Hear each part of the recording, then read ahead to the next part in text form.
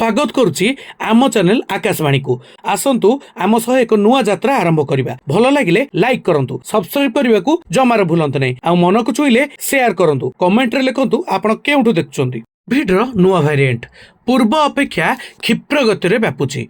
शीत आसवा पूर्व corona virus एक वेरिएंट लोक को द्रुत गति में संक्रमण करुच्ची, नाक को बंद कर देउची, आ निश्वास नेबारे कष्ट हेउची। या सहित थंडा लागिबा, थक्का लागिबा, मुंड बिंधिबा, झाड़ा बांती आदि देखा दाउची। XFG नामक यही नुआ वेरिएंट साधारण रे स्टाटस बोली कहा जाउची। विश्व स्वास्थ्य संगठन जून 25 तारिख रे एक डॉक्यूमेंट प्रकाश करथिला, जेउतरे XFG को एक SARS-CoV-2 वेरिएंट भाव में नहीं या ऊपर नजर रखा जाइछि। XFG हेउची ओमिक्रॉन रो दुईटी सबस्ट्रेनर रो एक हाइब्रिड। यह प्रथम जनवरी 2025 रे दक्षिण पूर्व एशिया रे चिन्हट होइतिला।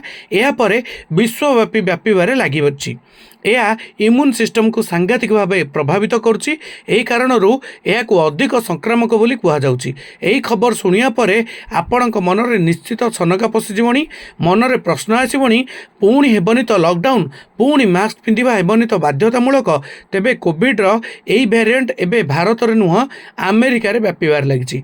अमेरिकार 19टी राज्य रे हलचल सृष्टि कलानी, विशेषकर नेवाडा, उटा, कनेक्टिकट एवं डेलवार रे आतंक खेलाई। वर्तमान चिंतार कारण हेउची यह भारत को आक्रांत करिवो नहीं तो पुणी नेबनी तो ये जीवनबाजी। तेबे कोविड-19 टीका यह विरुद्ध रे प्रभावशाली हेबो बोली हु कहिछि।